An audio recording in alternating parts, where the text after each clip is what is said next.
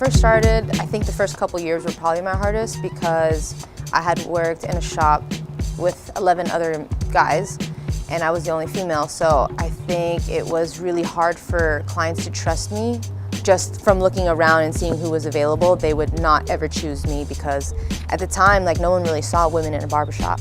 So it was really, I mean, it could be a bad prior experience with another woman barber, or they just don't believe that women are for the barbershop. It was just like me versus 11 of you guys, like, let's see, you know? Pretty much have to like fight for clients at sometimes. I had to do more than what everybody else was doing. That's when I started learning how to build packages and like offering more than what everybody else was giving. So I started off with doing appointments. That was like the first thing, giving people an actual time frame. People want to know that their time is valued the same way that we want them to value our time. So that worked out for me.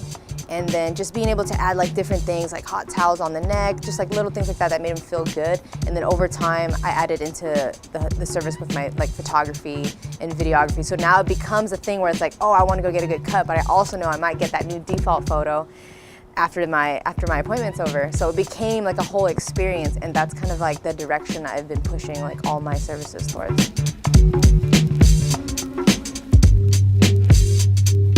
I'd finish half, and then by the time I turn it around to work on the other side, the outside that's finished is being spread to everybody else in the shop so they can actually see like that's another finished work. So it was a way of just marketing within the shop. So it started to kind of grow that way, and everyone knew me as like the girl with the tattoos, but she takes her time and she does all these extra things, and it became a thing to where people are like, I want to try that. Like, sure, I'll pay a little bit more, but like that looks different than what everybody else in here is getting. And that's kind of how I tried to kind of stand out in the shop.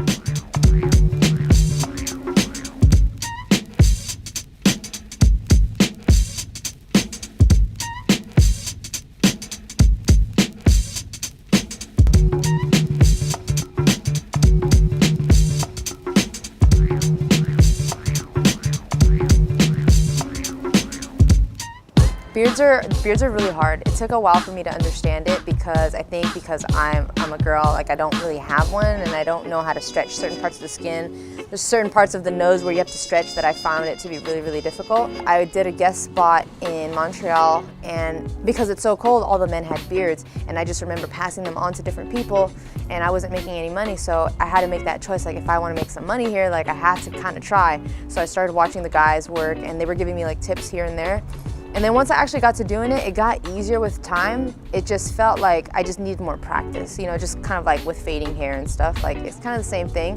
The more you do it, it just gets a little bit easier. It's like a separate haircut that I find to be so fun because now we're shaping it into creating better jaw lines, you know, making the face look longer or shorter.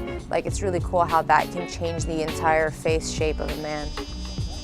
I've never gotten a cleaner cut and beard lineup from anybody else, so you kind of, once you find your person, you kind of need to keep going to that person.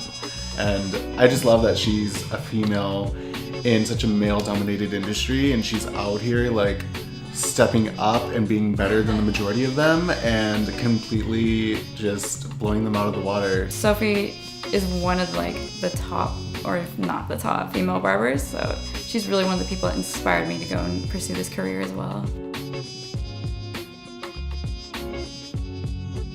Even if I walked into a new shop right now and I started from scratch, I'm still gonna deal with everything I dealt with before unless they had already seen my work prior. So it's just I think the history of however it's been has just happened for so long that I think the only thing we can do is try our best to take care of our small communities that are around us, and hopefully that kind of like domino effects all the way around us. And if everyone's doing their part in educating themselves and learning different things and being more open-minded, I think as a whole it should hopefully get better.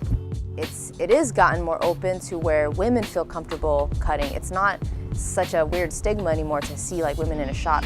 Obviously it's still a very small group of what we do, but it's gotten a lot better.